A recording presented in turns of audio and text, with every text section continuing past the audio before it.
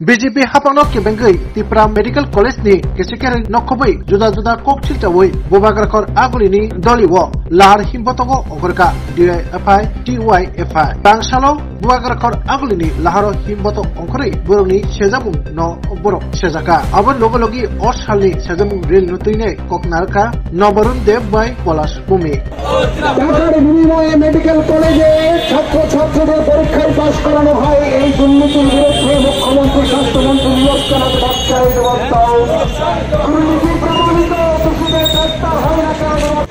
আমাদের রাজ্যে এই বিজেপির শাসনে দুর্নীতি একটা সর্বগ্রাসী চেহারা নিয়েছে। শিক্ষা থেকে স্বাস্থ্য, পুলিশ প্রশাসন থেকে পঞ্চায়েত, সর্বত্র দুর্নীতির খবর চোখের সামনে ভেসে উঠছে এবং সবচেয়ে অবাক করার বিষয় হচ্ছে দুর্নীতির ঘটনাগুলো আজকে প্রমাণিত। এমনটা নয় যে তদন্ত সাপেক্ষ, প্রমাণ হয়ে গেছে যে একের পর এক ঘটনা, এই দুর্নীতির ঘটনা চোখের সামনে ভেসে উঠছে।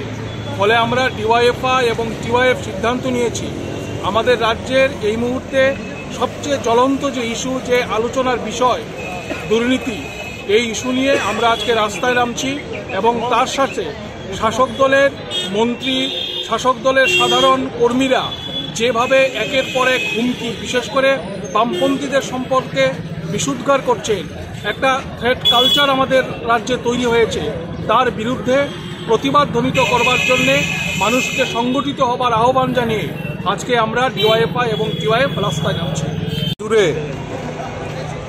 দুর্নীতির রমরমা চলছে এবং এই ত্রিপুরা বিশ্ববিদ্যালয় থেকে ত্রিপুরা মেডিকেল কলেজ, TFDPC, পুলিশের সদর দপ্তর, ট্রাফিকের সদর দপ্তর, আমরা দেখছি দুর্নীতিগুলা ভয়ঙ্কর রূপ নিচ্ছে আমাদের গোটা রাজ্যে এবং এটা প্রাতিষ্ঠানিক রূপ আমাদের রাজ্যে দুর্নীতি তার প্রমাণ করেছে।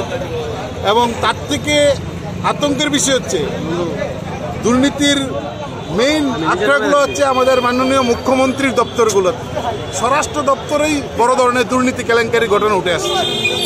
তার সঙ্গে এই দুর্নীতি, অপশাসন, জঙ্গলের রাজত্ব, নেশার বিরুদ্ধে মানুষ যেন কথা বলতে না পারে, প্রতিবাদ করতে না পারে, গোটা রাজ্যে শাসক দল খুদ বিজেপির নেতৃত্বে একটা থ্রেট কালচার কায়েম করেছেন গোটা রাজ্যে।